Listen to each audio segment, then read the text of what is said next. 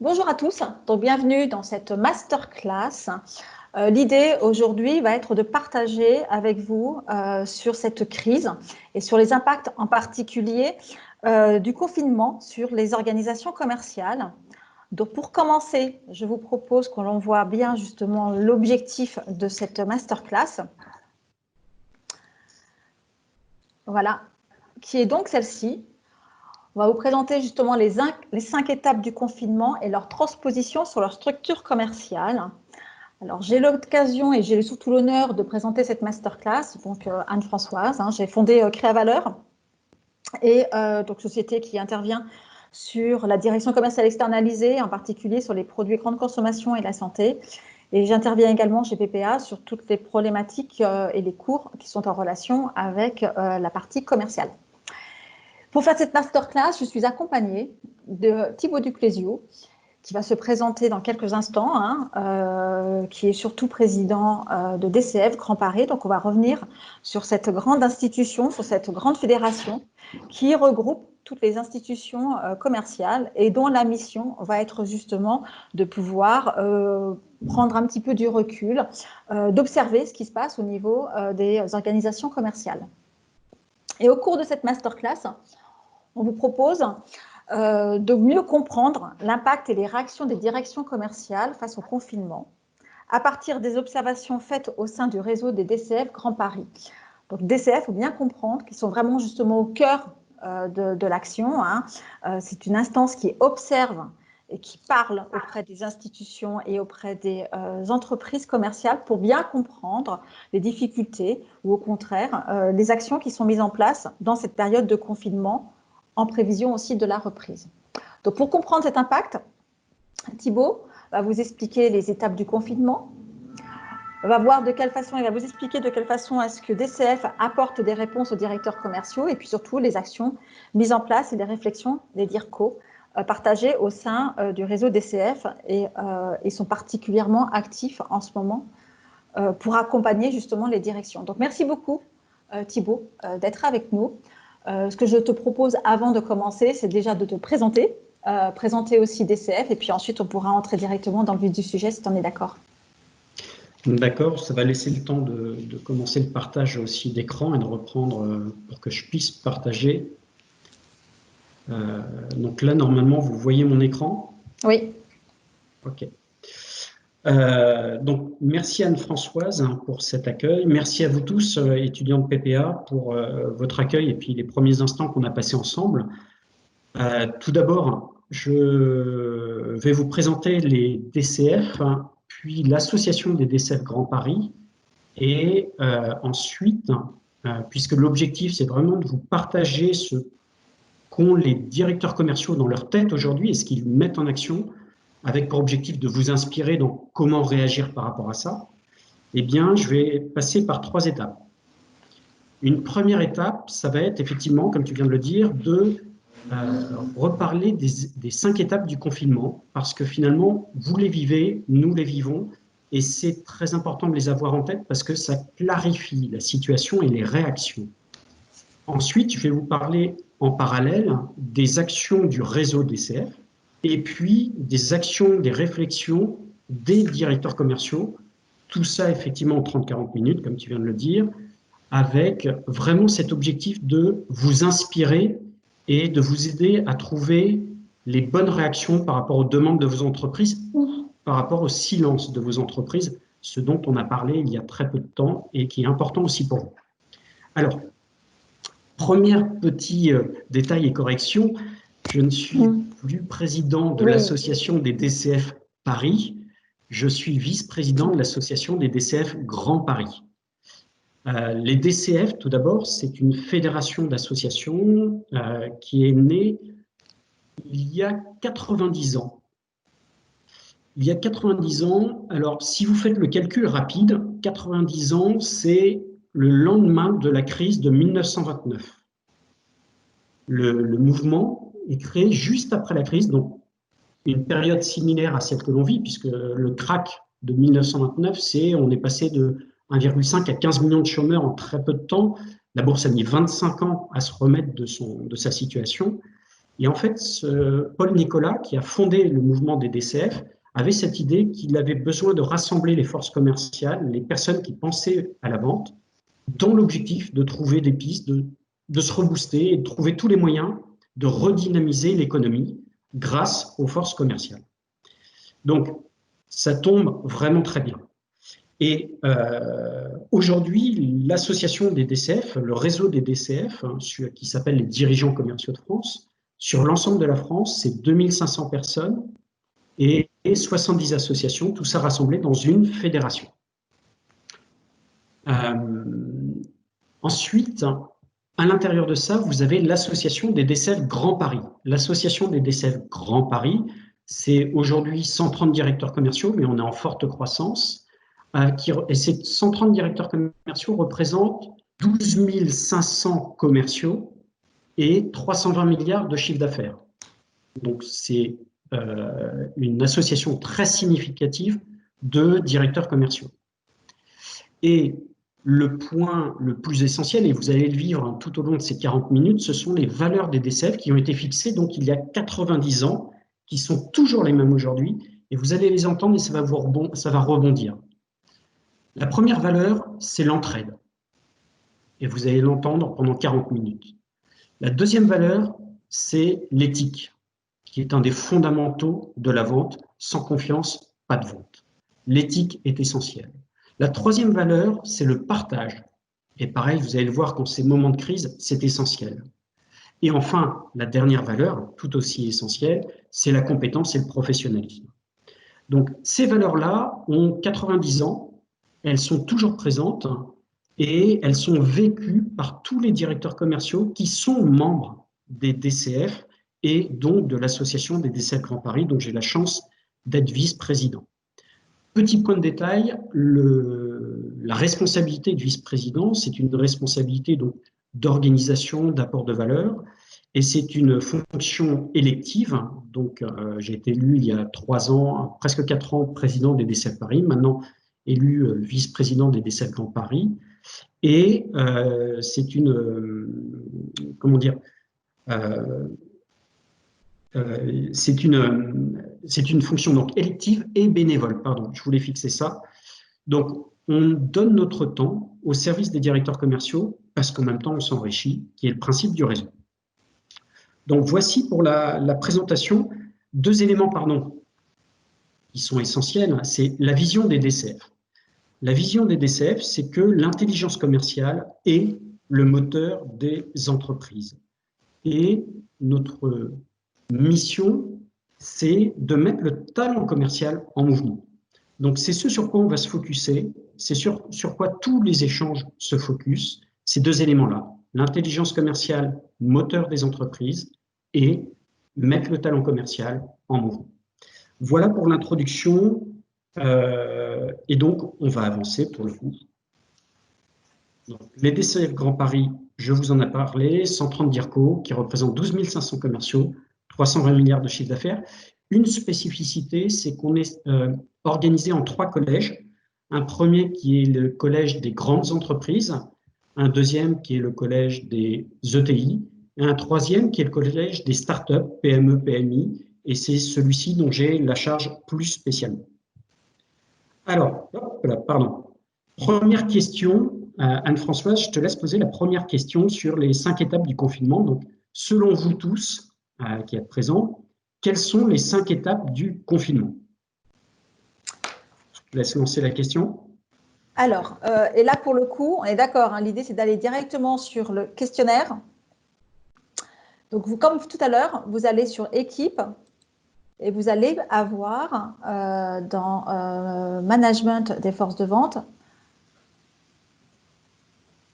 la question qui vous a été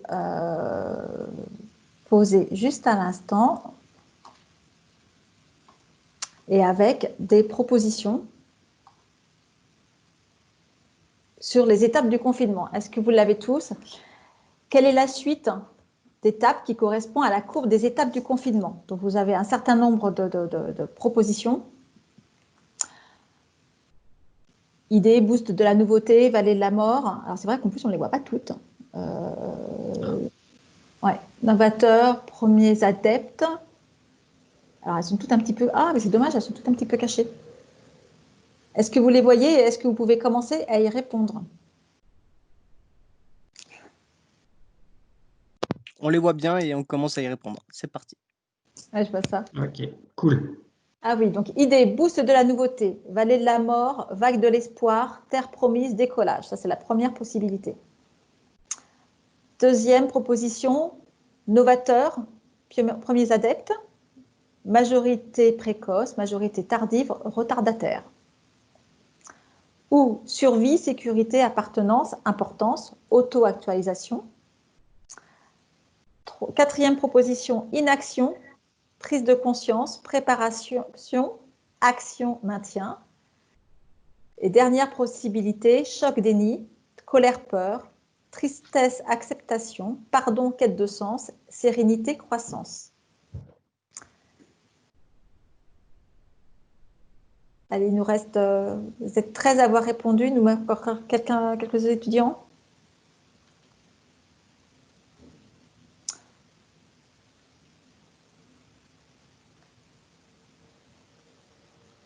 Alors Thibaut, pour l'instant à 50%, ils répondent survie, sécurité, appartenance, importance, auto-actualisation. Bravo, bravo. C'est exactement, c'est celle-là. En fait, dans les courbes, dans les étapes que je vous ai mis, la première, c'est celle de la vie des startups. La deuxième, c'est la courbe de Rogers, hein, qui est connue depuis très longtemps et qui était juste améliorée d'un moment qui est un trou vide. La troisième, c'est effectivement l'étape du confinement. La quatrième, c'est le change management. Et la cinquième, celle très très connue, l'étape du deuil. Donc, si on revient sur l'étape du confinement, je vais passer. Voilà. Les étapes du confinement, vous les avez vues, c'est la survie, donc mise en survie, la sécurité, l'appartenance, l'importance, l'auto-actualisation. Et normalement, vous l'avez vécu. Normalement, vous l'avez ressenti. Et la question qu'on se posait avec Anne-Françoise, c'est, selon vous, au regard des relations que vous avez avec vos managers actuellement, dans quelle étape se situe votre entreprise maintenant? Ça, c'est la deuxième question.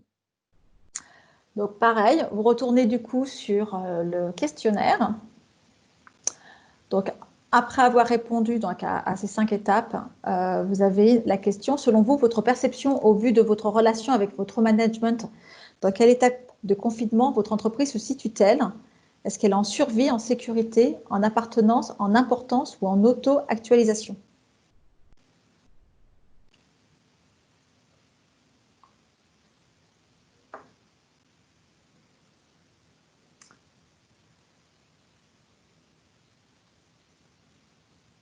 Bah, Thibaut, pour te donner une idée, sur les 14 réponses actuellement, 50% sont en sécurité.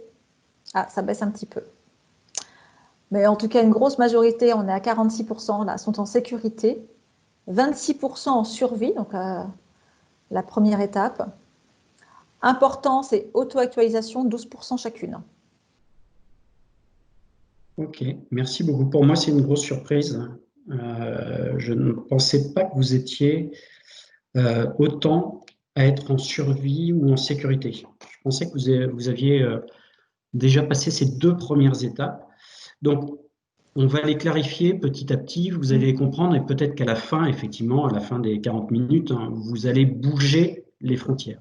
Donc, la survie, c'est vraiment le cerveau reptilien, c'est je suis en danger, je suis attaqué, je réagis immédiatement et Darwin, je survis. La sécurité, c'est je fais tout ce que je peux pour que je puisse commencer à... Enfin, j'ai pris toutes les actions pour pouvoir commencer à penser. Et penser, c'est le commencement de belonging, l'appartenance. L'appartenance, c'est je commence à avoir un agenda, je commence à avoir des routines, je commence à me poser des questions et à me remettre dans une position de j'avance.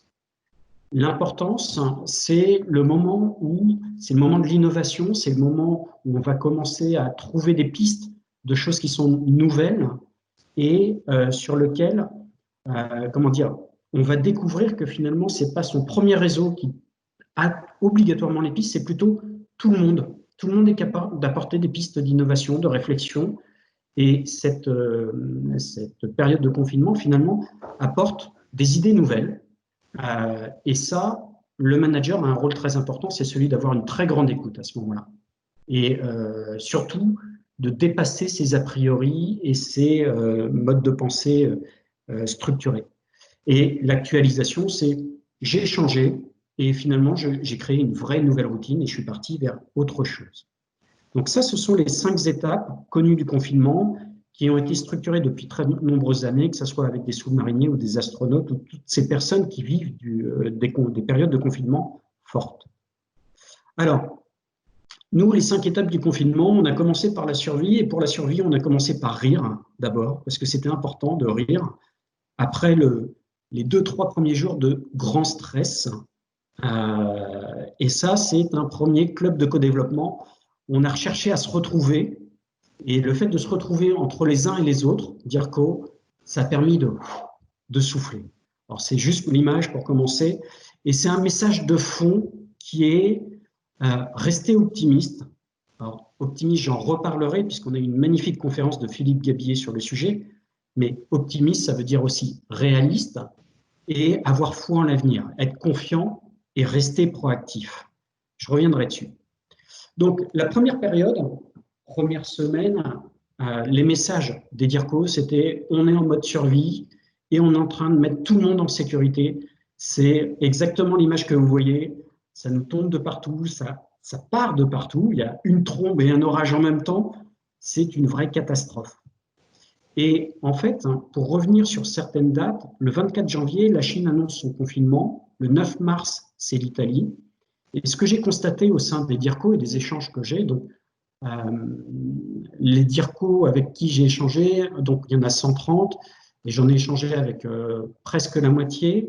Et ça va aussi bien du DIRCO de Danone, de Sodexo, d'Algeco, de Smartbox, que des startups comme Bankcast, Asset Sagacity ou plein d'autres entreprises. Donc c'est très très varié. Et donc en fait la première surprise, c'était les DIRCO qui avaient des avant-postes en Italie entre autres, qui avaient des équipes en Italie, ont anticipé la date et l'annonce du 16 mars. Et ils ont commencé déjà, avant le 16 mars, à équiper leurs équipes qui étaient inside, donc qui étaient avec des tours.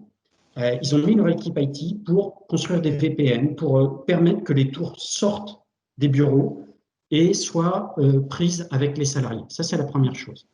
La deuxième chose, pardon, je suis allé trop vite, c'est un réseau, c'est d'abord un lieu où l'information circule plus vite. C'est un réseau où l'information est donnée avant et c'est une information souvent concentrée et dédiée.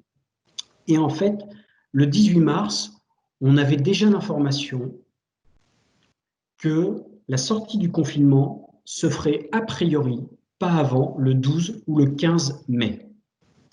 Donc déjà le 18 mars, le lendemain de l'annonce, le lendemain de la mise en confinement, on avait déjà cette perspective, on avait du mal à y croire, certes, mais on avait cette perspective qui était attention, ça va être très douloureux, ça va être dangereux et il est fort probable qu'on ne sorte pas avant le 12 ou 15 mai. Donc, en ayant cette information, effectivement, en tant que DIRCO, on se prépare déjà. Après, faut-il l'accepter, mais on se prépare. Et donc, en fait, ce qui s'est passé, c'est très rapidement, il y a eu ce que certains DIRCO appellent l'accélération d'une situation qui devait arriver. Et entre autres, la digitalisation. Donc, la digitalisation, au sein des DCF, c'est on a mis Slack en œuvre là où on avait du WhatsApp. C'est beaucoup plus efficace, beaucoup plus performant, ça partage mieux l'information.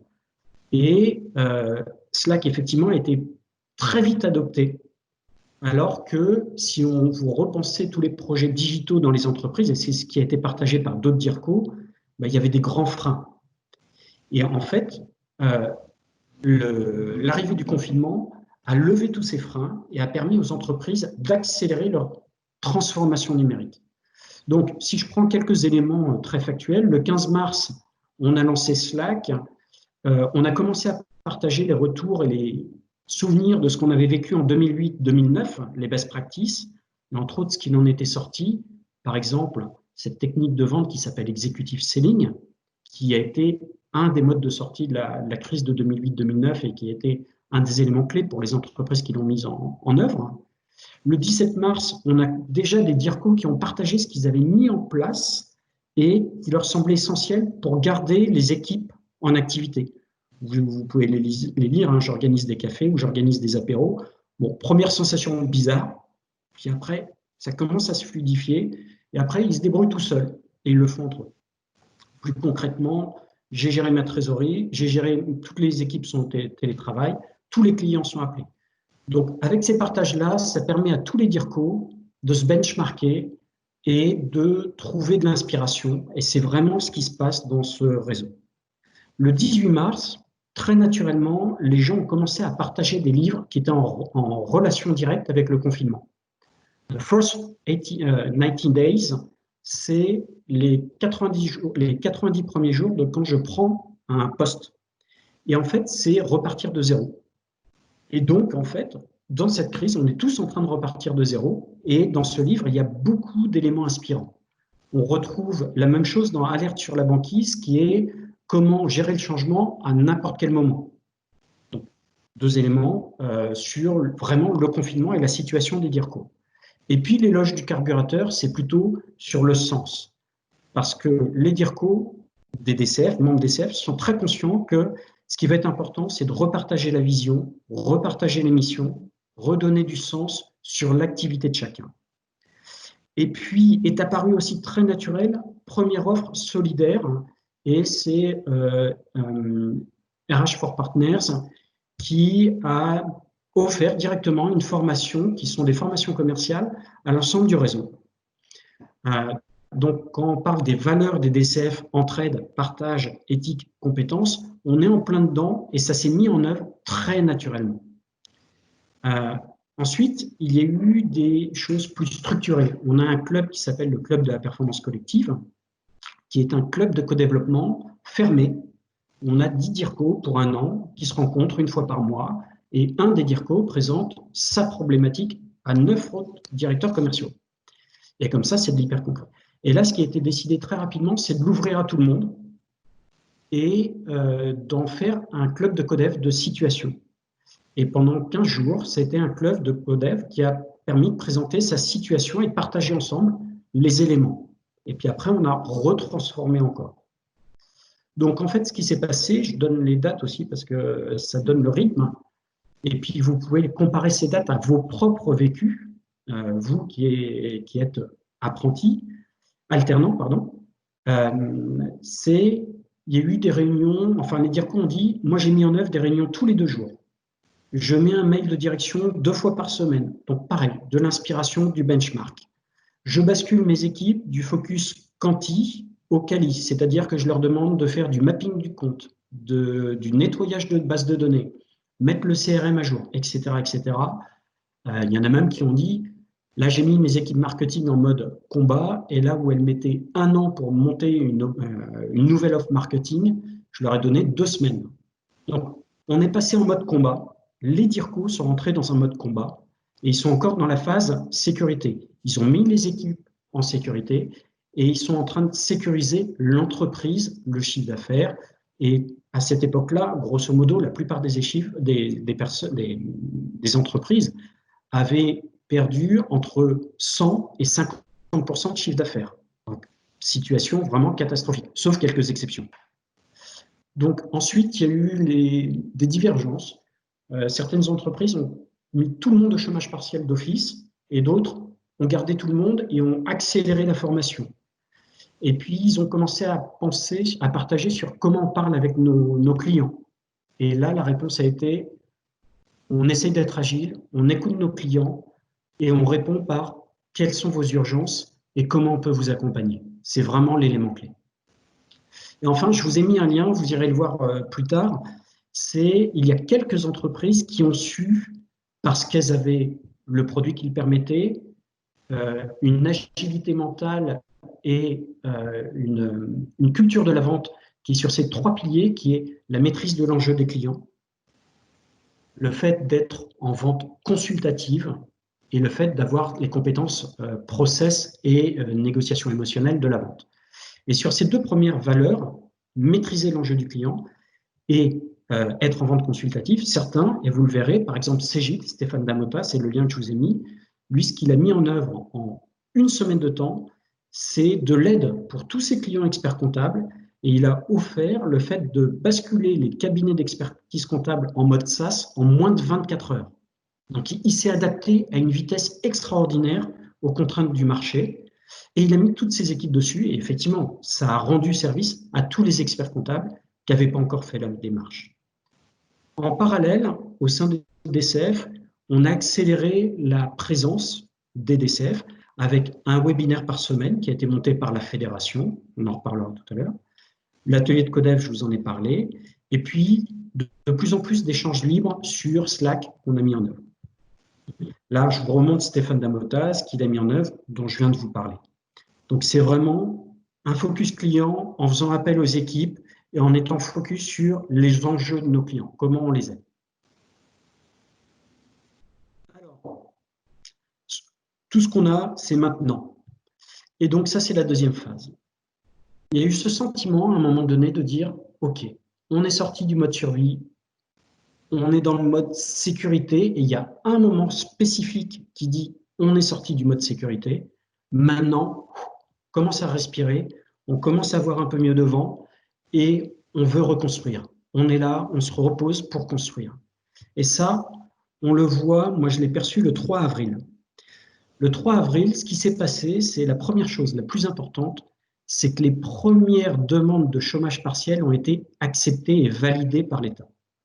Et ça, on a senti un soulagement de la part de tous les DIRCO qui géraient ça, en disant « Ok, j'ai mis l'entreprise en sécurité, j'ai le chiffre d'affaires, voilà, mais en tout cas, j'ai gardé le lien avec les clients. Maintenant, la question, c'est qu'est-ce qu'on fait? Regardons devant, qu'est-ce qu'on reconstruit pour demain? Et après, la deuxième question qui était le quotidien, c'est comment je garde le contact avec les équipes commerciales, comment je réussis à les motiver. Donc, il y en a qui ont sorti l'idée des apéros qui sont revenus, bien sûr, de faire des stand-up meetings, de proposer aux gens de créer leur liste de musique quotidienne, et puis le soir, on partageait les musiques de chacun qui ont fait la journée de chacun, etc., etc. Il y a eu plein de partages très humains, parce que pour tous, c'était un choc, ce confinement, et l'humain est devenu la première valeur de tous ces DIRCO, vraiment la première valeur. Ensuite, on a commencé à rentrer dans le détail de la relation avec les clients, et pour certains, c'était le churn des clients. Alors, l'objectif, c'était plutôt de reporter, plutôt que d'accepter le churn, d'essayer de motiver pour reporter, trouver les arguments pour dire « Ok, on ne fait que reporter le contrat ». Et puis, il y a eu aussi un reste de fonds d'activité, donc certains l'ont exprimé tout à l'heure, et ce reste de fonds d'activité a posé un problème. Le problème qu'il a posé, c'est comment on fait pour traiter le chômage partiel et le fonds d'activité. Et donc, les questions qui sont posées, c'est est-ce qu'on vous fait venir 1h30 par jour, tous les matins, une demi-journée pour certains, une demi-journée le matin, l'après-midi, comme ça on couvre toutes les horaires. Est-ce qu'on vous fait venir les 3 premiers jours? Et en fait, la réponse globale a été on fait venir les gens en même temps parce qu'ils ont besoin de se parler, ils ont besoin d'échanger, et c'est comme ça que la motivation va rester. Donc, encore une fois, le focus, c'est vous, les commerciaux, c'est l'équipe commerciale, c'est garder ce lien dans un temps difficile, mais sur lequel on a toujours la possibilité de voir devant, de regarder devant et de rester proactif. Alors, là-dessus, moi, j'ai eu un coup de gueule aussi, parce que j'ai eu des retours d'éléments de prospection où vous, les commerciaux, ceux qui faisaient de la prospection, se faisaient engueuler par les clients. Alors, je me suis permis un coup de gueule sur LinkedIn en disant, voilà, on est tous dans la même situation.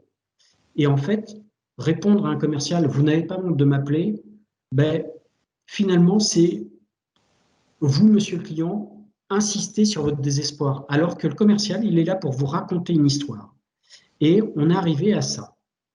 On est arrivé à ce partage entre tous les DIRCO de dire notre pitch commercial doit évoluer, doit changer. Et la première question qu'un commercial doit poser, c'est, après avoir fixé les objectifs, c'est comment vivez-vous la situation?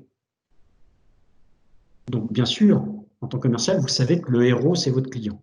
Mais là, on le met encore plus en avant et sur le sujet qui est la situation. Et donc, derrière, c'est « et vos priorités, c'est quoi ?» OK. Pardon, il y a une faute d'orthographe. Ensuite, c'est « voici ce que je constate que font FONT, vos pairs. » C'est-à-dire, moi, je suis commercial, j'ai 10 coups de téléphone, 10 échanges, 20 échanges par semaine. Eh bien, vos pairs, je sais ce qu'ils font. Ils me l'ont raconté, ils ont raconté leurs enjeux, leurs priorités, leurs urgences. Et si vous voulez, je peux vous inspirer en racontant ce qui se passe sur le marché. C'est ce que j'ai appelé le commercial redevient le colporteur de jadis, celui qui crée la relation et qui inspire. Et derrière, à partir du moment où il y avait une urgence et que celle-ci était en relation avec le métier du commercial, là, il y avait capacité à commencer à travailler la notion de business et travailler la vente et l'offre de manière consultative. Et donc, ce fait de partager entre DIRCO ce pitch a permis de redonner des vrais guidelines aux commerciaux dans leur prospection. Ensuite, est arrivé un autre moment où donc on s'est posé, on a remis quelque part quelques pièces dans la machine. La question, c'est maintenant, comment savoir quand est-ce qu'on va remettre tout le monde au boulot? Comment est-ce qu'on va savoir comment cela repart à fond? Comment rebooster mes collaborateurs? Et vous vous retrouvez tous dans cette jeune femme qui est assise sur son canapé, assise par terre, assise derrière sa table, mais qui est dans la même pièce de travail que sa cuisine. C'est nous tous. Et la question, mais elle est toute seule, la question, c'est comment redonner de la motivation? Et la deuxième question, très basique finalement, parce qu'un certain nombre d'entreprises ont un exercice fiscal qui se finit dans quelques jours, à fin mai, eh bien, comment je vais refixer des objectifs, sachant que en face de moi, j'ai juste la boule de Madame Irma. Comment je vais fixer mes objectifs? Comment je vais fixer mes variables? Et donc, il y a eu plusieurs réunions entre DIRCO, des échanges en mode co-développement, pour essayer de comprendre ce qu'ils pouvaient vous demander en relation avec les contraintes de l'entreprise, en relation avec les contraintes du marché, et comment est-ce que le variable avait toujours cette même valeur, et etc. Et donc, il n'y a pas encore de réponse toute faite sur le sujet, bien sûr. Mais ce qui est vrai, ce qu'il en est ressorti déjà, c'est que le DIRCO avait deux responsabilités, et je rebondis sur ce que disait Jean Muller, qui est le président de la fédération des DCF, quand il est intervenu très tôt aux premières semaines de la crise. Il a dit entre autres que le directeur commercial redevenait le premier commercial. Et donc, il s'est passé plusieurs choses. Le DIRCO a été le premier à reprendre le téléphone, alors qu'avant, il était surtout dans le pilotage des équipes, à reprendre son téléphone et appeler les clients à fort enjeu. Et moi, ce que j'ai entendu, c'est que les DIRCO étaient heureux de ce temps-là, heureux de reprendre leur téléphone, de reparler à leurs clients. Et ils ont eu en plus cette chance que vous avez eu aussi, pour avoir questionné beaucoup de commerciaux, cette chance d'avoir des échanges très riches dans cette période. Alors profitez-en, inspirez-vous, régalez-vous, enrichissez-vous de ces échanges qui sont riches, où il est plus difficile d'avoir des prospects en ligne, mais quand on les a, les personnes sont ouvertes à partager les enjeux, les priorités, l'impact que cela va avoir sur l'organisation. C'est très, très, très inspirant et ça vous permet de mieux comprendre pourquoi vous vendez quelque chose, pourquoi vous accompagnez un client et en quoi vous apportez de la valeur. Et ça a permis de recentrer aussi le business sur les parties du business qui étaient vendables aujourd'hui. Et là, c'est une deuxième partie, c'est que certains directeurs commerciaux ont réussi à créer des équipes commando. Et ces équipes commando, c'était surtout des commerciaux seniors, des commerciaux qui s'étaient très vite mis au digital et qui ont vendu ce qui se vendait à très grande vitesse, qui avait une très forte demande maintenant. Et sur le reste des produits, qui sont plus les produits du quotidien, ce qui était demandé aux équipes, c'est soyez attentifs, dès que vous voyez une nouvelle tendance, quelque chose qui ressort, remontez l'information, puisqu'on puisse redonner du boost et comme ça préserver notre chiffre d'affaires, en tout cas réduire les pertes. un autre message qui était important, c'est chaque jour qui passe est meilleur qu'hier. Donc, on revoit dans ces DIRCO des DIRCO optimistes, des DIRCO qui sont confiants et qui veulent être proactifs. Et c'est ce qu'on attend de vous aussi, c'est que vous soyez confiants. Ça va être dur, il faut être réaliste, mais il y a un avenir. Après, c'est à nous tous ensemble de le construire, cet avenir. Et puis, qu'est-ce que j'avais d'autre? Ah oui, il y a eu une question sur la remotivation des commerciaux. C'est une question qui a duré d'abord quelques secondes, parce qu'il y a eu 2 débats. Est-ce qu'on doit remettre un peu de tension ou est-ce qu'on doit mettre beaucoup d'enthousiasme? Remettre de la tension, vous savez que la tension, ça se met avec un petit peu de peur, et l'enthousiasme, c'est l'énergie. C'est ce que j'essaie de vous apporter. Eh bien, de manière unanime, les DIRCO ont fait, on oublie la tension, on la vit tous, ils la vivent tous, ils la verront sur leur bulletin de salaire, etc. Ils la vivent avec les prospects, avec les clients. On est là, on met de l'enthousiasme et on y va à fond. Et on y va, on reste réaliste, on reste lucide, mais on met de l'enthousiasme. Et puis, il y a eu aussi ces retours disant, on demande à nos équipes de prendre un temps, alors ça c'est quelques comptes, on demande à nos équipes de prendre un temps sur leur quotidien, et ce temps est structuré uniquement pour penser innovation. Donc le quotidien 70% du temps, et l'innovation 30% du temps. Donc commencez à penser demain. Et tout ça parce qu'aujourd'hui, on a des conversations beaucoup plus riches qu'on en avait il y a un mois et demi. Donc voilà, toutes les initiatives qui ont eu lieu, en tout cas que j'ai pu constater à ce moment-là. Et là, on est dans la phase que vous voyez en haut à droite de belonging, d'appartenance, c'est-à-dire que l'agenda est là, les routines commencent à exister et on commence à tester, à apprendre. Test and learn, stop and go, etc. Alors, passer une autre étape, c'est OK, maintenant on va se reconcentrer sur l'identification des opportunités de marché. On va réécouter encore plus nos clients, leurs enjeux, leurs priorités.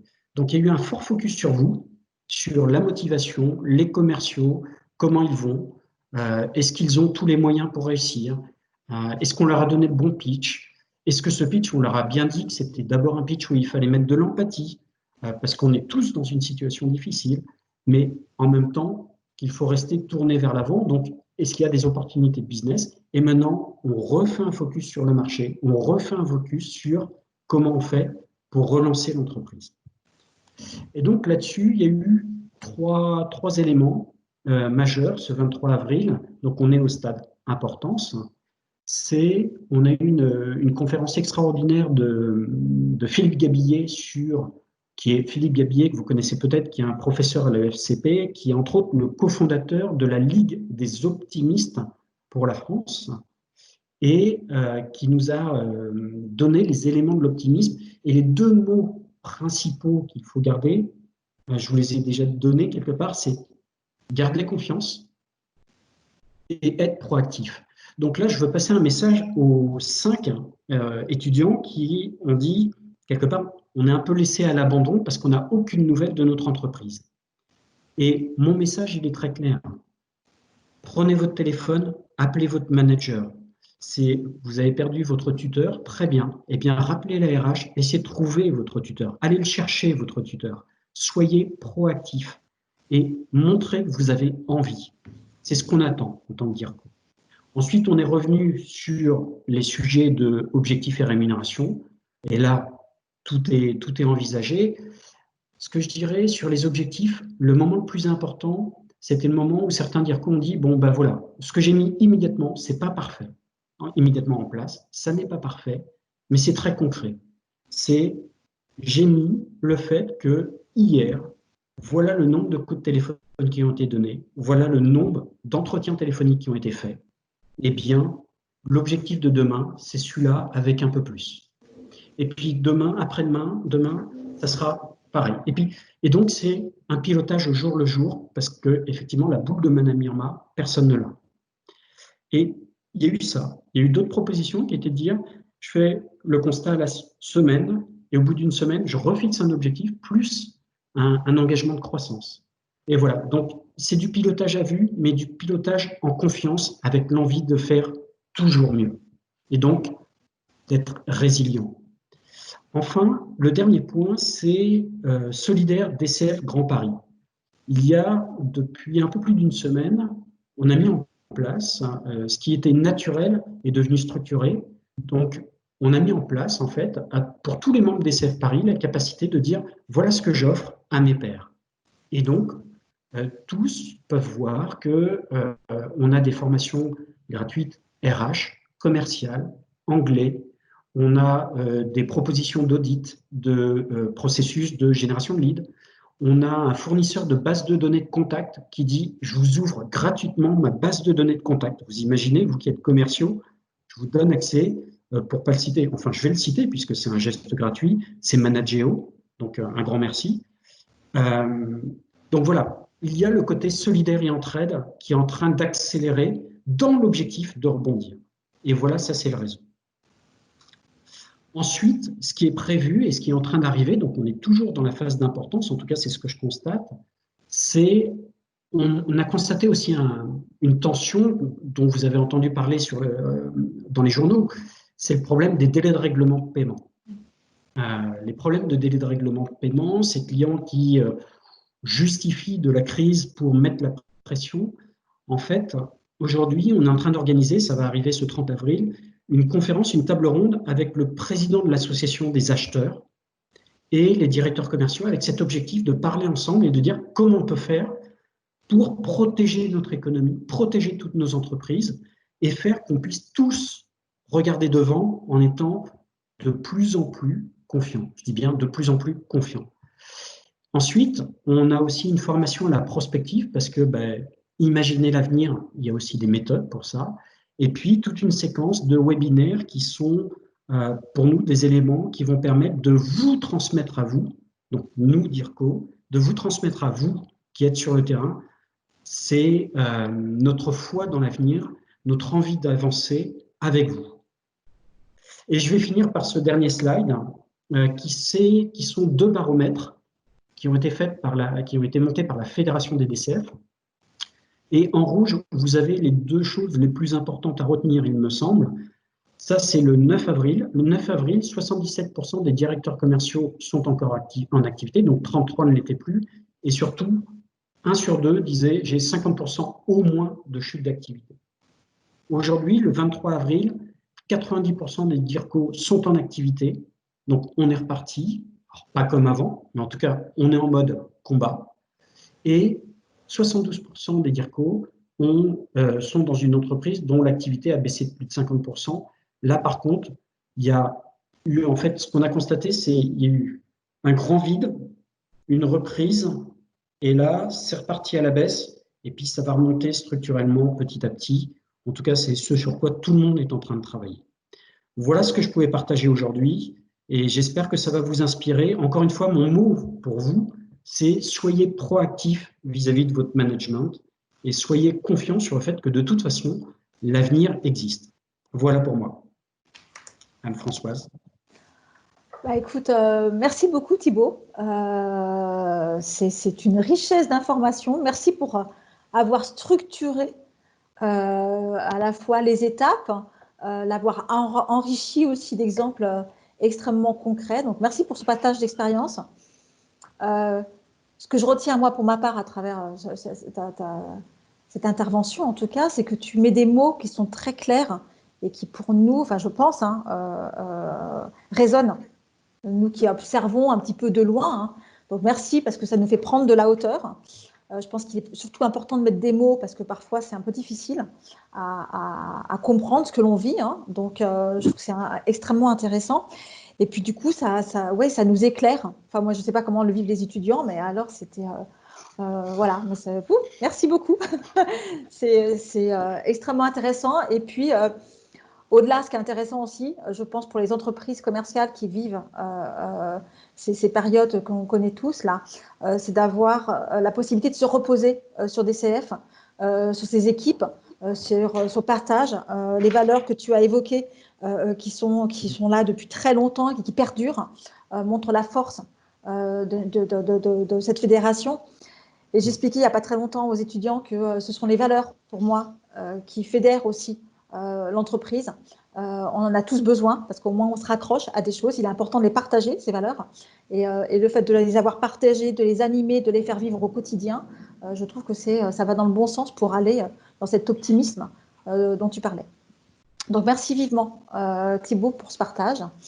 Mes étudiants, je vous propose de réagir par rapport à ce que vous venez de voir. Est-ce que vous avez des questions, des remarques?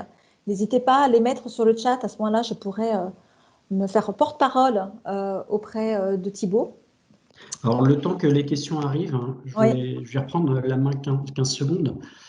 Il y a une conviction au sein des DCF qui est portée par Jean Muller, notre président, qui est que nous allons de plus en plus produire ce qui a d'abord été vendu par les commerciaux.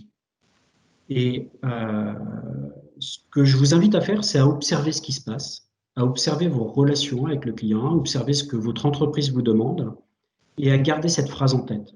Nous allons produire de plus en plus ce qui a d'abord été vendu par les commerciaux. Cette période est peut-être justement un des moments de bascule qui va faire qu'on va passer dans la réalité de ce mouvement. C'est de la pure prospective, mais en tout cas, c'est une conviction aussi sur le fait que derrière le commercial, dans ce triptyque qui est connaître les enjeux du client, les maîtriser, être en vente consultative, accompagner son client, et derrière, maîtriser bien sûr les techniques de vente, que ce soit le process ou la dimension émotionnelle de la vente, eh bien, tout ça va permettre effectivement d'être dans cette logique-là où le commercial est de plus en plus important au sein des entreprises. Alors, j'ai une première question de Mégane. Combien de temps pensez-vous que la reprise des habitudes va se faire en entreprise? Ce que je disais, c'est que nous n'avions pas la boule de Madame Irma. En tout cas, nous ne savions pas les décrypter. J'en ai aucune idée. Pour être réaliste, j'en ai aucune idée. Ce que je sais, c'est que je crois dans l'énergie des personnes, je crois dans l'intelligence et l'envie de collectif.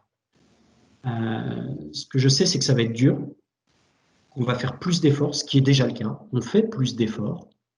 Un des chiffres qui m'a marqué, c'est que dans la téléphonie, exactement, un des DIRCO disait, ben voilà, alors que la téléphonie est plutôt un secteur qui a été protégé à un moment donné, il disait, ben voilà, mes commerciaux font autant de coups de téléphone par jour, par contre, ils ont 2 fois moins de résultats. Et donc, c'est 2 fois plus d'efforts, 2 fois plus de frustration, 2 fois plus de demandes de résilience. Mais par contre, ils ont une satisfaction supplémentaire, c'est que chaque entretien est beaucoup plus riche. Donc voilà, dans toute chose, il faut trouver… une dernière chose que disait Philippe Gabillet, c'est que, et que j'ai vraiment qui m'a marqué, c'est qu'en fait, il fallait être attentif aux opportunités inattendues. J'aime beaucoup cette phrase. Être attentif aux opportunités inattendues. Et ça, c'est notre rôle à tous.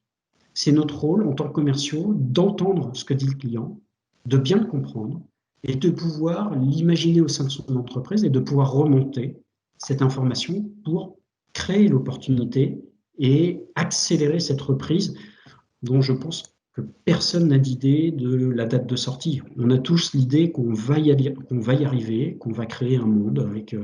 voilà, on croit en l'avenir. Autre question. Pensez-vous au sein des DCF qu'après le confinement, il y aura des changements au niveau des méthodes de travail? Alors, en particulier pour les chefs de secteur sur le terrain, mais je pense qu'on peut aussi élargir le spectre à toutes les autres organisations commerciales, parce que c'est vrai qu'on a vu qu'il y a eu pas mal de modifications, d'adaptations pour beaucoup d'entreprises. Et la question, je poursuis la question de Corentin, car on ne va peut-être plus pouvoir visiter les magasins comme d'habitude. Donc voilà, quelles sont les modifications auxquelles on peut s'attendre? Alors, les directeurs commerciaux sont en train de travailler dessus aujourd'hui. C'est une de leurs préoccupations principales de ce jour, c'est-à-dire comment on va aller au contact du client.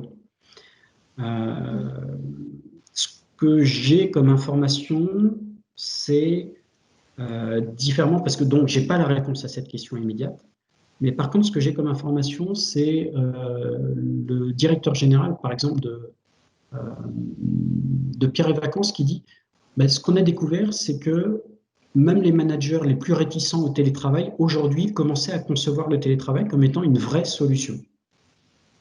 Et donc, oui, je pense que le télétravail va devenir quelque chose de très concret, très réel dans les entreprises. Après, quelle quantité, j'en sais strictement rien. Et quant aux visites terrain, puisque c'était la question, encore une fois, mon message, c'est qu'aujourd'hui, les directeurs commerciaux sont pleins sur ce sujet, en train de se dire comment on va reprendre le contact avec les clients, quel type de contact client on va avoir. Mais l'avenir le dira. Dans quelle mesure la crise a-t-elle impacté la façon de faire du commerce? Et dans l'avenir, comment est-ce qu'elles vont se traduire, ces mesures? Alors,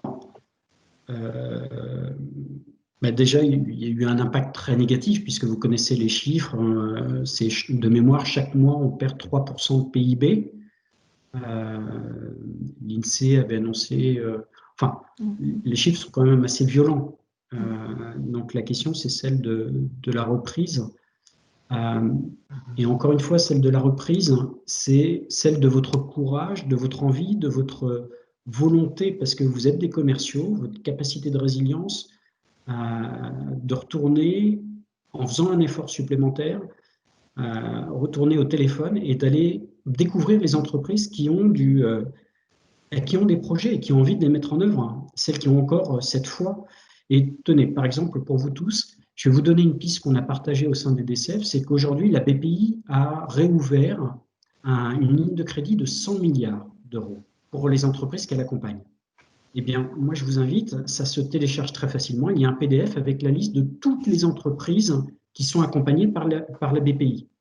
Eh bien, vous allez voir ce PDF, vous regardez ces entreprises, celles qui sont dans les segments que vous adressez, et appelez, faites un focus sur ces entreprises-là. Ce sont des entreprises qui remettent en marche la machine. Un deuxième segment, par exemple, sur lequel il y a de l'activité qui revient, c'est l'industrie. L'industrie, on a un DIRCO qui, il y a maintenant un peu plus de 2 semaines, est en Alsace. Pour le coup, il a son activité en Alsace. Et il disait, écoute, Thibaut, en Alsace, l'industrie est en train de repartir. Donc, ils sont en train de remettre des projets de fonds en œuvre. Et donc, on recommence à avoir de l'activité. Donc, oui, l'industrie est en train de repartir aussi. Donc, voilà. Moi, mon message, il est, ayez plaisir à retourner au turbin, ayez plaisir à avoir les conversations avec vos clients, avoir des conversations non plus sur la vente de votre catalogue, mais vraiment sur quel est l'enjeu, quelle est la priorité, quelle est l'urgence, quel est l'impact de tout ça pour vous, monsieur le client, et voilà ce que font les autres, et voilà comment je pourrais vous accompagner puisque vous avez parlé de cette urgence. J'ai une réponse, mais uniquement à ce moment-là. Donc la reprise dépend de votre énergie, d'une autre manière. Et de savoir créer des opportunités aussi. De mon côté, j'aurais une question un peu plus large. Est-ce que du coup, parce que je sais que DCF avait réfléchi justement sur la définition de la fonction commerciale, est-ce que par rapport à tous ces bouleversements, par rapport à tout ce qu'on entend, est-ce que du coup, DCF est en train de revoir un petit peu cette fonction? Quels sont les conseils que tu peux donner du coup, plus largement auprès des étudiants, indépendamment de cette crise, sur la fonction commerciale? Qu'est-ce qu'ils doivent savoir, développer, mettre en avant pour se différencier peut-être? Quelque part, je vais revenir sur ce que j'ai dit depuis 40 minutes ou 1 heure, mais c'est très bien de le redire de manière plus structurée. Depuis maintenant 4 ans, le message des DCF est le suivant.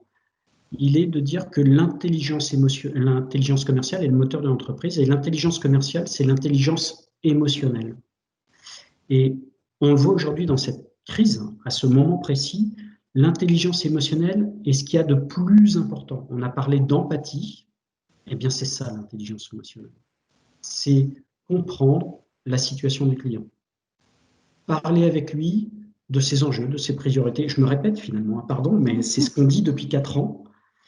Ses urgences, ses priorités, sa situation, quel impact ça a pour demain et en quoi je peux vous accompagner mais d'abord vous.